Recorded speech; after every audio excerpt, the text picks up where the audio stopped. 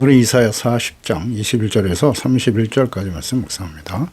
40장 21절에서 31절 창조주 하나님과의 관계 회복, 즉 영적 회복에 대해서 말씀하십니다. 우리의 모든 불행과 영적 침체는 하나님께서 누구신지 잊어버리고 잘 알지 못하는 데서 기인합니다. 이스라엘은 자신들의 고난이 하나님의 능력 부족 때문이다 라고 오해하고 있었습니다. 이에 대해 하나님께서는 이사야 선지자를 통해서 우주적 규모의 창조주 하나님을 제시하며 피조물과 창조 사이에 메울 수 없는 감각을 선포하십니다. 누가 참된 통치자이신가? 하나님의 절대 주권과 통치, 전지전능하심에 대해서 증거하고 있습니다.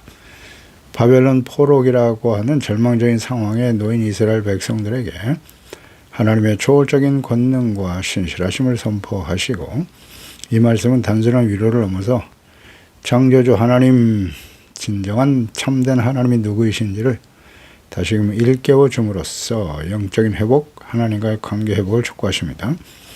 우리 문제 근원은 환경이 아니라 하나님께 대한 무지, 즉 영적 무지죠. 이것이 원인이 되는 것이고, 하나님과의 관계 파괴, 자기 정체성에 대한 상실, 거룩함 상실이죠. 이것이 원인이 되는 것입니다. 우리는 하나님을 우리 수준으로 끌어내리려고 하지만 하나님께서는 온 우주 위에 계신 창조주, 절대 주권을 가지신 알파와 오메가 되신 분이십니다. 어제나 오늘의 영원토록 동일하시죠. 그래서 고난받는 주의 자녀들의 실제적인 위로를 주시는 말씀입니다. 21절에 너희가 알지 못하였느냐, 너희가 듣지 못하였느냐, 태초부터 너에게 전하지 아니하였느냐, 땅의 기초가 창조될 때부터 너희가 깨닫지 못하였느냐.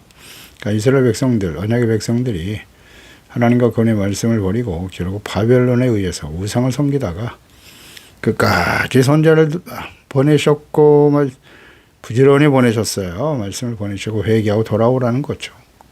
그러면 내가 너를 용서해 줄 거야. 그러나 그렇지 않다면 심판이 임할 것이다. 듣지 않죠? 돌아오지 않습니다. 아주 교만하고 완악하죠. 주의 자녀와 백성들이요. 그래서 바벨론에서 멸망의 길을 가게 됩니다.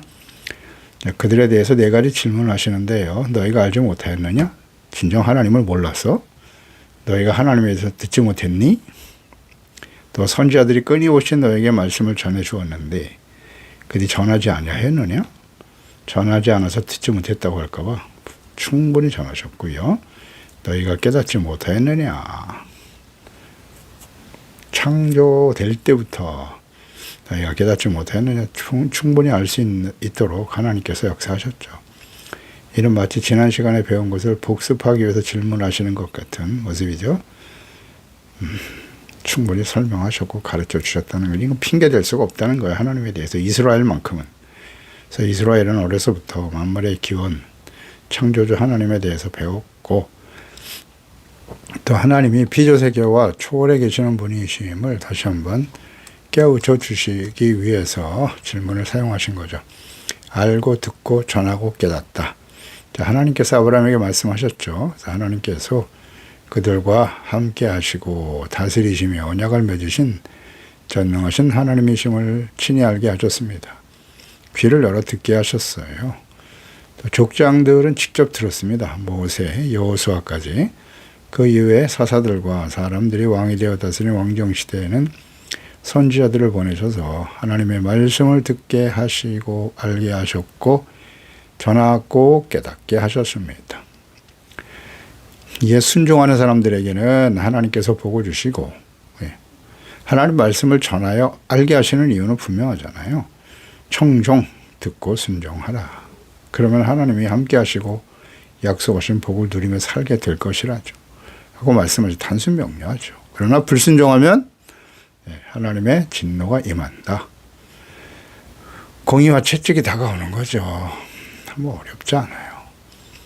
이스라엘 역사 전체에 나타난 하나님의 뜻이죠. 그래서 창조주이시며 전지전능하시고 역사의 주인이시고 만왕의 왕이신 하나님을 알고 믿고 전하며 깨닫고 경외할 수 있는 복을 받은 사람들이 이스라엘이에요. 오늘날은 예수 그리스도를 보내셔서 그를 믿고 회개하고 복음을 믿는 자, 용서와 구속의 은혜, 하나님의 자녀가 되는 우리에게도 동일하죠. 우리가 어떻게 하나님과 그리스도를 알고 믿으며 또 하나님이 전해 주신 말씀을 듣고 순종하는 자가 될 수 있는가? 어떻게 가능하죠? 우린 이방인인데.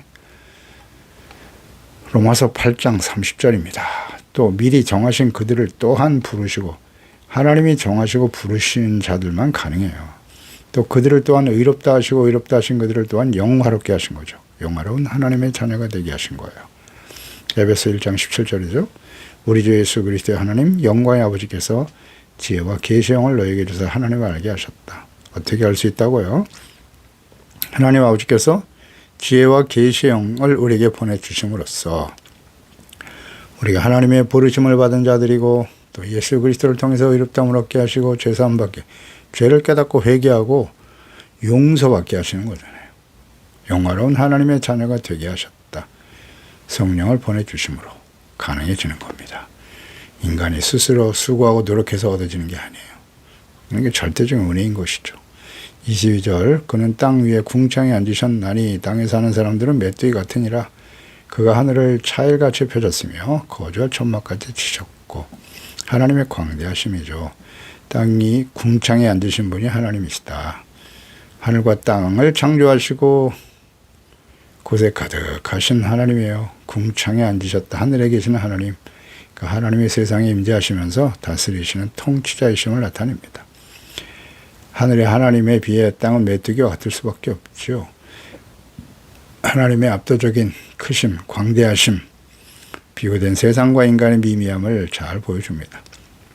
바벨론이라는 제국이 거대해 보이지만 하늘을 천막처럼 펼치신 하나님께 그들은 한 점에 불과한 거예요. 미미한 존재죠. 하나님이 세상을 만드시고 멀리서 구경하시는 분이 아니라 친히 천막을 치듯 세상에 임재하시면서 보호하시고 다스리며 섭리하시는 하나님이십니다. 23절에도 귀인들을 패하시며 세상의 사사들을 헛되게 하시나니 그들은 겨우 심기고 겨우 뿌려졌다. 그 줄기가 겨우 땅에 뿌리를 박자 곧 하나님이 입김을 부시니 그랬어요. 그들은 말라 회오리 바람에 불려가는 촉에 지푸라기 같다는 거죠. 인간의 눈에 방백이나 재판관들은 힘 있는 자로 보이죠. 그러나 하나님의 눈에는 그저 무력한 존재들 뿐이에요. 왜냐하면 그들의 권세를 주신 분도 하나님이시고 언제든지 그 권세를 패하실 수 있는 분도 하나님이시기 때문입니다. 믿고 계시나요? 역사의 주인공처럼 행세하고 있는 그 통치자들. 하나님의 주권 앞에서 한낱 풀에 불과해요. 불면 날아갈 수밖에 없는 먼지와 같은 존재들이에요. 겨우잖아요, 겨우. 이걸 계속 반복하죠. 그러니까 인간의 권력과 힘은 허무한 것입니다. 이걸 보여주는 겁니다. 바벨론의 느부갓네살 같은 절대 권력자 보세요. 영원할 것 같았죠. 그의 제국과 그의 권력이. 하나님의 입김 한 번에 사라지잖아요. 초기와 같은 지푸리 같은 존재일 뿐이에요. 역사 속에 완전히 사라져버렸잖아요. 우리가 두려워하는 세상의 위협, 무슨 정치적인 격변, 경제적인 위기는 하나님께서 허락하신 시간 동안만 존재합니다. 따라서 세상의 뉴스에 일희일비하지 말고 역사를 주관하시고 섭리하시는 하나님의 손길을 신뢰하고 하나님과 주의 말씀을 묵상하며 거룩한 행실과 경건의 삶에 힘써야 되는 거예요. 세상 권세는 세상의 뿌리를 박는 듯 하지만 영원할 것 같지만 결국 하나님께서 공의로 심판하시는 바람에 날아갈 운명일 수밖에 없는 것입니다.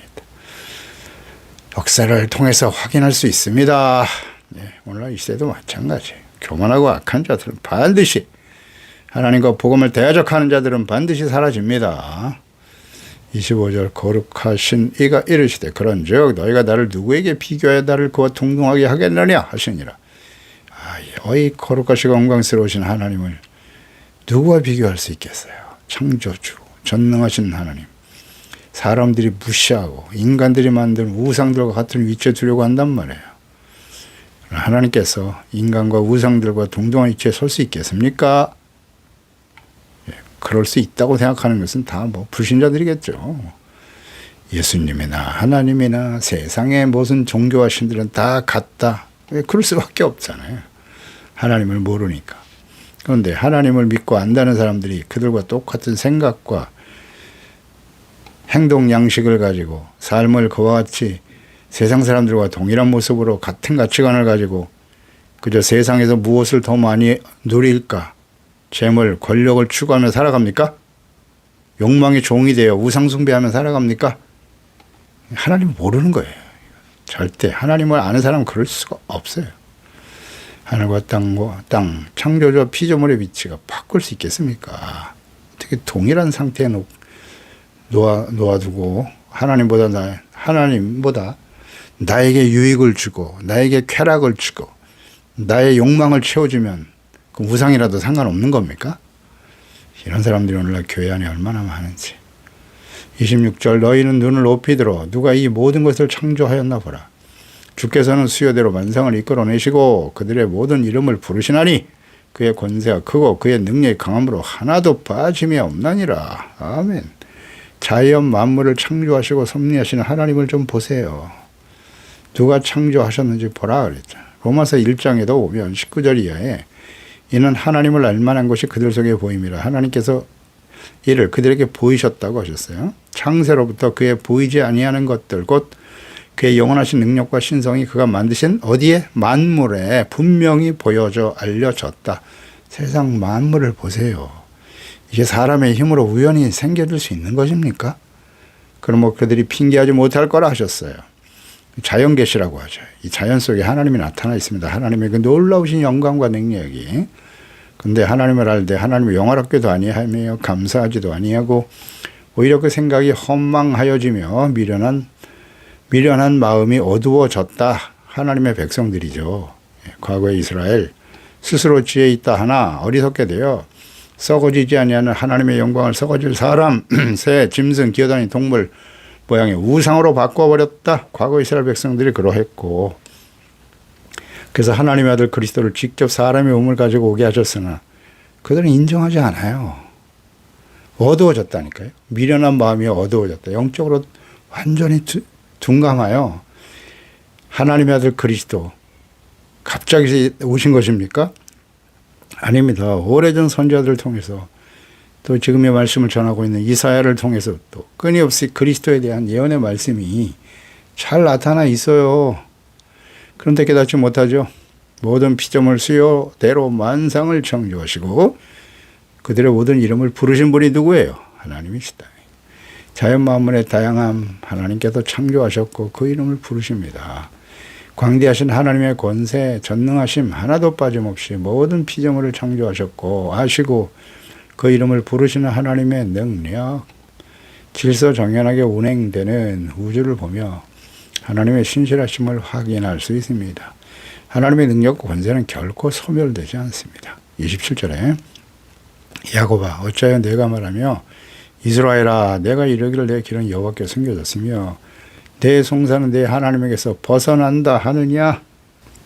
하나님께서 택하시고 그들과 함께 하시며 말씀하신 바를 온전히 이루시는 신실하신 하나님을 인정하지 못하는 당시 이스라엘 백성들의 불평과 원망이세요. 내 길은 여호와께 숨겨졌다. 하나님께 아무리 기도해도 응답해 주시지 않는다는 거죠. 내 삶에 일어나는 일에 대해서 하나님은 무관심하시다. 알지도 못하신다. 내 송사는 하나님께서 벗어난다. 나의 억울한 일을 고난과 위기와 시련을 만날 때 하나님께 자비와 긍휼의 여김을 받지 못하고 있다는 거죠. 이 억울한 사정을 하나님 모르신다는 거예요. 그리고 끊임없이 불평하고 있고 그 불평은 불신으로 이어지는 거죠. 하나님이 나를 잊으셨다라고 생각하고 있다는 거죠. 이는 단순한 불평이 아니죠. 하나님 언약적 신뢰의 위기이고요. 하나님께 대한 믿음이 없다는 거예요. 그리고 하나님을 버리고 우상을 선택하는 원인이 되죠. 송사가 무시됐다라는 표현은 하나님이 공의롭지 않다는 주장이에요. 하나님이 살아계시다면 공의의 하나님이시라면 나의 억울함을 왜 해결해 주시지 않는가? 자, 이 부분에 대해서 한번 깊이 묵상해 보세요. 억울함이 있으십니까? 나는 의롭고 다른 사람은 다 잘못됐는데 그것은 의를 위한 고난이에요. 예수님 뭐라고 하셨어요? 의를 위해서 박해를 받는 사람은 어떻게 하라고요? 복이 있다고 하시잖아요. 기뻐하고 즐거워하라고 말씀하십니다. 그런데 왜 불평하고 원망하시나요? 그 차이점을 한번 묵상해 보세요. 내가 완벽한 의인일까요? 아닐 수도 있다는 생각을 해야죠. 그렇다면 말씀을 묵상하면서 내가 하나님 앞에 온전하지 못한 것은 무엇인가 깨닫고 돌이키면 돼요. 그 문제를 해결하는 거, 그게 겸손이잖아요. 그냥 하나님 내 뜻대로 안 해주시면 하나님 존재 자체를 부인하려고 하고 하나님에 대한 불신, 이건 정말 심각한 문제입니다. 우리가 우리의 신앙생활에 있어서 가장 위험한 순간이 바로 이런 불평과 원망이 쏟아질 때예요. 하나님은 나의 사정을 모르신다. 나의 문제를 해결할 능력이 없으신 것처럼 생각하는 거예요. 이것은 하나님께 대한 지식과 하나님의 사랑, 근본적으로는 하나님의 존재를 부인하는 심각한 불신의 죄입니다. 그렇지 않나요? 하나님을 알고 믿는다면 이런 불평 원망할 수 있나요? 그 불평 원망이 대단히 심각한 죄입니다. 광야 40년 동안의 이스라엘 백성들이 지은 죄가 뭡니까? 불평 원망이에요. 불평. 툭하면 불평하고 원망하고 낙심하고 차라리 여기서 우리가 죽는 게 낫다고요? 그러니까 하나 그래? 그러면 너희들 말대로 해줄게. 그래서 40년 동안 모든 기성세대 불신앙을 가지고 불평 원망하는 기성세대는 그 땅에서 광야에서 다 죽었어요. 하나님을 믿고 의지해야죠. 만나를 내려주시면서 사람이 떡으로만 사는 게 아니야. 먹고 사는 게 인생의 전부가 아니야. 목적이 아니야. 하나님의 자녀 백성들은. 지금 너희들이 가나안 땅에 가려고 하는 것은 좀 더 나은 환경에서 좋은 음식 먹고 좋은 집 짓고 잘 먹고 잘 살기 위해서 그곳에 가는 게 아니라는 거예요. 너희들이 장차 들어가야 될 이 가나안 땅은 하나님이 다스리시는 하나님의 거룩한 나라의 백성으로서 하나님의 입으로 나오는 말씀을 듣고 믿어 순종하는 사람들이 살아갈 것이다라는 거죠. 그러한 거룩한 하나님의 자녀 백성으로 만들기 위해서 광야 생활에서 하나님 말씀을 주시고 연단하신 거 아니에요? 이 뜻을 몰라. 그 하나님이 지금도 우리의 삶을 여러 가지 시련과 어려움 속에서 우리 연단하시고 온전케 하시는 하나님의 뜻입니다. 모르면 안 돼요. 그런데 불평하고 원망합니까? 그러니까 넌 그런 모습을 가지고 그런 불신앙과 하나님의 존재 자체를 홍해를 건너게 하신 분이 직접 경험한 사람들이잖아요. 죄와 사망으로 죽었던 우리가 예수 그리스도로 말미암아 구원을 받아 영원한 하나님의 자녀와 거룩한 영화로운 존재로 만들어 주셨지 않습니까? 이런 놀라운 죽음에서 다시 살아난 사람들이 많아요. 영원한 생명이잖아요. 육체적인 생명도 언젠간 다시 죽겠죠. 그럼 우리에게 영원한 생명을 주신 하나님이시잖아요. 그런데 어찌 감히 우리가 하나님 앞에 원망 불평할 수가 있어요. 이건 심각한 죄입니다. 사실은. 하나님께서는 침묵하시는 것처럼 보일 때조차도 그거는 하나님께서 역사의 주인이시고 우리의 생명의 주인이시잖아요. 삶의 현장에 함께하고 계세요. 우리의 모든 언행과 마음의 동기까지도 살피고 계시는 분이라는 거 명심해야 돼요. 그래서 하나님의 사람 다윗이 그 아들 솔로몬에게 남긴 예언의 말씀, 유언이죠, 유언. 유언의 말씀, 역대상 28장 9절이잖아요. 내 아들 솔로몬아, 이건 다 우리에게 해당되는 말씀이죠. 너는 너의 하나님, 아버지 하나님을 잘 알아라. 온전한 마음이라고 그랬어요. 기쁜 뜻으로 섬기라고 강조하셨고, 여호와께서는 모든 마음을 감찰하고 계시는 분이야. 다 보고 계신다고요. 그리고 모든 의도를 아신대요.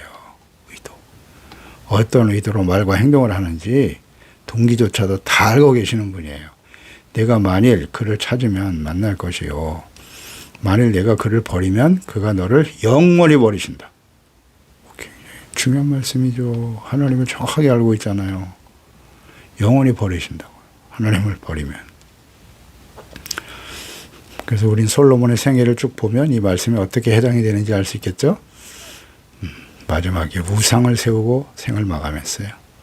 민수기 14장 27절에 나를 원망하는 이 약한 회중에게 내가 어느 때까지 참으랴? 하나님 참고 계셨어요. 40년 동안 참으신 거예요. 이스라엘 자손이 나를 향하여 원망하는 그 원망하는 말을 내가 다 들었다고. 주님 다 듣고 계세요. 광야에서 하나님께서 내려주시는 만나고 물을 마시면서 말이죠. 원망하는 백성들 자격이 없어요. 충분한 기회를 주셨는데 들키지 않잖아요. 28절 너는 알지 못하였느냐? 듣지 못하였느냐? 영원하신 하나님 여호와 땅끝까지 창조하신 이는 피곤치 않아 곤비치 않으시다고 명철이 한이 없으신 분이다. 하나님이 영원하시고 창조주이시기 때문에 인간처럼 피곤하시지 않아요. 명철이 무한하신 분입니다. 그 명철로 천지 만물을 창조하시고 다스리시는 분 아닙니까? 하나님의 계획을 다 이해할 수 없지만 성경에 다 나와 있어요. 하나님은 모든 상황을 완벽하게 파악하고 계시고요. 가장 좋은 길로 합력하여 선이 되게 하시는 분이죠. 우리는 당장 내일 무슨 일이 일어날지 알지 못하죠. 우리에게 다가온 위기와 시련이 언제 어떻게 해결될지 잘 모른다. 알 수 있어요. 또 모르지도 않아요. 회개하고 돌이키면 되는 거예요. 겸손하고 끝까지 믿음을, 하나님께 대한 절대적인 신뢰와 믿음을 가지고 하나님을 알아가는 기회가 되는 거죠. 그래서 징계는 연단하고 인내하는 자에게는 어떻게 해요? 의와 평강의 열매를 맺는 겁니다. 그게 하나님의 뜻이죠. 그래서 하나님의 뜻 온전히 이루시는 분이십니다. 그래서 잠언서 4장 7절에 지혜가 제일이다. 지혜를 얻어라. 지혜란 무엇입니까? 하나님을 경외하는 것이 지혜잖아요. 명철을 얻는 것이 지혜입니다. 잠언서 5장 1절에도 아들아, 내 아들아, 지혜 주의하며 내 명철의 길을 기울여라.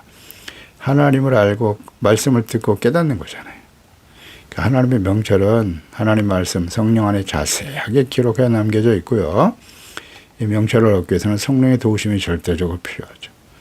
성령이 바로 명철을 주시는 영이시거든요. 우리가 피곤을 느끼는 이유는 하나님을 믿고 의지하며 순종하기보다는 자신의 뜻과 능력을 앞세우며 살아가고 또 우리 자신을 하나님이 데려가기 때문이에요. 하나님을 자신의 수준에 끌어들이는 거죠. 그러니까 피곤하죠. 자기 뜻대로 안 된다는 거예요. 하나님 결코 지치지 않으십니다. 사실 우리에게 얼마나 큰 위로가 되는가 생각해 보세요. 하나님은 절대 주무시지도 않고 졸지도 않으시고 우리를 지켜보신다. 우리가 때로는 잠들고 지쳐 쓰러질 때에도 전지전능 하나님의 사랑과 그 손길은 멈추지 않으십니다. 할렐루야. 시편 121편 4절이죠. 이스라엘을 지키시는 이는 졸지도 하지 아니시고 주무시지도 아니하시리로다. 아멘입니다. 29절에 피곤한 자에게 능력을 주시고 무능한 자에게 힘을 더해 주세요. 소년이라도 피곤하고 곤비하여 상전이라도 넘어지고 쓰러지지만 피곤한 자에게 능력을 주세요. 무능한 자에게 힘을 더해 주시는 분이시고요. 그렇습니다. 우리가 시련과 위기를 만날 때 피곤할 수밖에 없죠. 자신의 힘과 능력으로 애쓰다가 안 되는 거예요. 자신의 무능을 깨닫게 되죠. 그런 사람들을 하나님이 무시하고, 세상에는 이렇게 무능하고 피곤하고 힘들고 가난하고 어려운 자들은 무시합니다. 멸시해요. 그런데 하나님은 어떻게 하신다고요? 능력을 주시잖아요. 힘을 더해 주신다. 어떤 힘을 주실까요? 네. 하나님을 믿고 의지하는 영적인 힘을 먼저 주시는, 용기를 주시고 위로를 더해 주시고, 믿음이 능력 아니겠어요? 하나님과 함께 동행하며 거룩함과 의와 진실함으로 주님을 섬길 수 있는 능력, 그런 게 힘이에요. 재물과 세상에서 우리를 무시할 수 없는 권력을 더해 줄 그런 게 힘이 아니고요. 그런 걸 구하니까 자꾸 힘들어지는 거예요. 피곤한 자에게 능력을 주십니다. 그래서 위기와 시련을 만날 때 하나님을 믿고 의지하고 기도하지만 때로는 하나님께서 침묵하실 때, 속히 응답하시지 않을 때 기도하는 일이 피곤하여 힘들어질 때도 있어요. 기도하다 중단하죠. 아무리 수고해도 해결되지 않는 상황을 맞이할 때 낙심할 때도 있어요. 하나님을 믿고 겸손히 기도하고 소망 가운데 인내하며 주님을 바라보고 있으면 능력을 주세요. 힘을 더해주고 이길 수 있는 용기를 주시고 또 환경을 변화시켜 주시는 분도 하나님이시죠. 인간이 가장 강할 때가 이제 소년, 장정의 때죠. 청년의 때. 한계 부딪힐 때도 있어요. 소년, 청년, 인간이 가장 자랑하는 육체적, 정신적 정점의 상태에 있죠. 그때도 젊고 왕성한 때에도 지치고 쓰러질 때가 있습니다. 자신의 힘을 믿는 자는 반드시 넘어져요. 자신의 무능함을 인정하고, 이게 겸손이잖아요. 겸손히 주님 믿고 의지할 때 하나님의 놀라운 능력이 우리 가운데 임하는 거예요. 하나님의 놀라운 은혜죠. 하나님의 구원의 은혜는 스스로의 능력을 자랑할 때가 아니라 자신의 무능과 연약함을 깨닫고 겸손히 하나님께 기도하는 자들에게 주어지는 하나님의 능력이요 힘이요 선물입니다. 31절에 오직 여호와를 앙망하는 자는 새 힘을 얻게 된다. 독수리 날개치며 올라감 같을 것이요 다른 박질하여도 곤비지 아니하게 걸어가도 피곤치 않을 것이다. 아멘입니다. 여호와를 앙망하는 자는 어떤 사람이에요? 오직 하나님의 도우심과 구원의 능력을 믿고 의지하는 겸손한 사람, 하나님만이 나의 소망임을 소망하는 사람이겠죠. 그래서 하나님께서 주시는 새 힘을 얻게 되는 거예요. 하나님이 주시는 새 힘, 하나님의 권능, 믿음, 소망, 사랑, 연약하고 쉽게 저절로 낙심하고 넘어질 수밖에 없는 세속적인 힘이 아니에요. 인간적인 지식, 경험, 재물, 권력 이런 게 아니고요. 하나님의 무한한 능력으로 바꿔주시는 거예요. 그래서 여호와를 앙망한다라고 하는 것은 그저 수동적인 기다림이 아니라 하나님을 전적으로 신뢰하고 기대하는 적극적인 태도라고 볼 수 있겠죠. 독수리가 상승기류를 타고 날아오르는 것처럼 성도 하나님의 자녀는 믿음과 기도의 날개를 펴서 하나님의 은혜와 능력, 그 능력을 힘입어 창공을 날아가는 믿음의 용사로 변화시켜 주시는 겁니다. 날아오름 다른 박질 걸어도 곤비치 않다. 우리 인생 여정을 살아가면서 경험되어지는 영적 침체에서 회복되는 과정이죠. 때로는 비상한 은혜가 필요하고 열심히 달리는 과정에 지치지 않게 하시며 때로는 꾸준히 걸어가는 인내의 은혜가 필요하죠. 그러니까 여호와를 앙망하는 자에게는 이 모든 과정에서 승리할 힘과 능력을 주시는 분이 하나님이십니다. 우리는 무엇을 간절히 기대하며 소망하며 살아가고 있습니까? 삶의 현장에서 쉽게 낙심하고 지치고 넘어지는 이유는 무엇일까요? 내 능력, 지혜, 지식, 경험, 힘 있는 사람들, 재물, 권력, 능력 등을 소망하며 기도하고 있지 않습니까? 오직 하나님을 앙망해야 돼요. 하나님.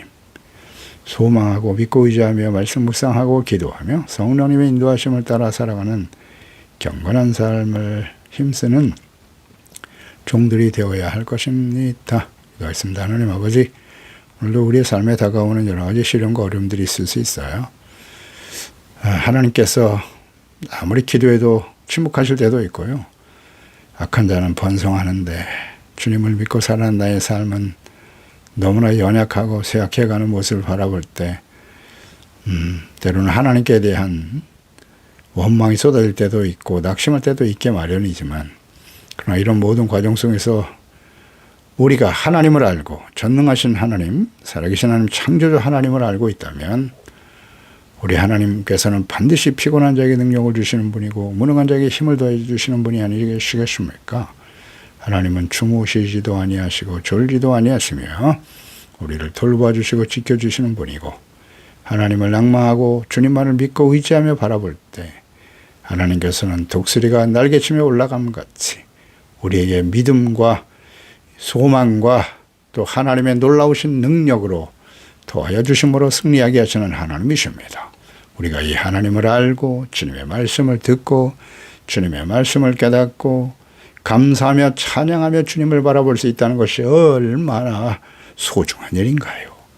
이 믿음과 소망 가운데 승리하는 우리 모두가 되게 하여 주시옵소서.